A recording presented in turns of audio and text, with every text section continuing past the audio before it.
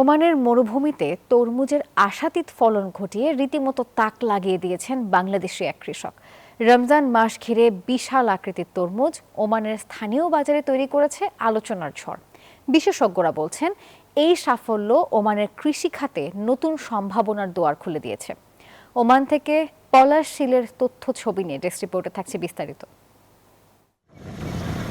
ওমানে তরমুজ চাষ করে ব্যাপক সফলতা অর্জন করেছেন বাংলাদেশি কৃষক। দেশটির কৃষি খাতে স্থাপন করেছেন নতুন দৃষ্টান্ত।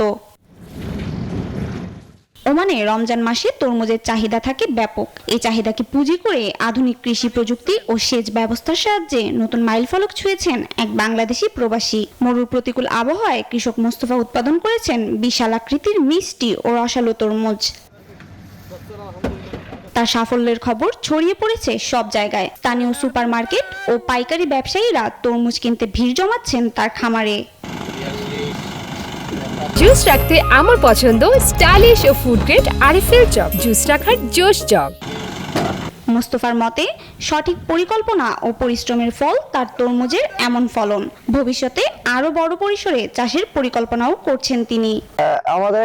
আমাদের বাগান, নিজের বাগান, আমাদের এখানে বাম্পার ফলন হয়েছে। গত বছর কাজ করছে প্রায় 25 থেকে 30 জন, এবার আরো বেশি 30 থেকে 35 জন মানুষ কাজ করছে। ফলন করছি মোটামুটি ভালো হয়েছে, আল্লাহ দিলে। অসুস্থ ছিল, ঠিক মতো আসতেছে না ফলনের মধ্যে। আমরা যে শ্রমিক আছে আমরা কষ্ট আর কি এটুকু। ওমানের স্থানীয়দের কাছে মোস্তফার এই উদ্যোগ বিদেশের মাটিতে বাংলাদেশের ভাবমূর্তি উজ্জ্বল করেছে। Desk report, news 24।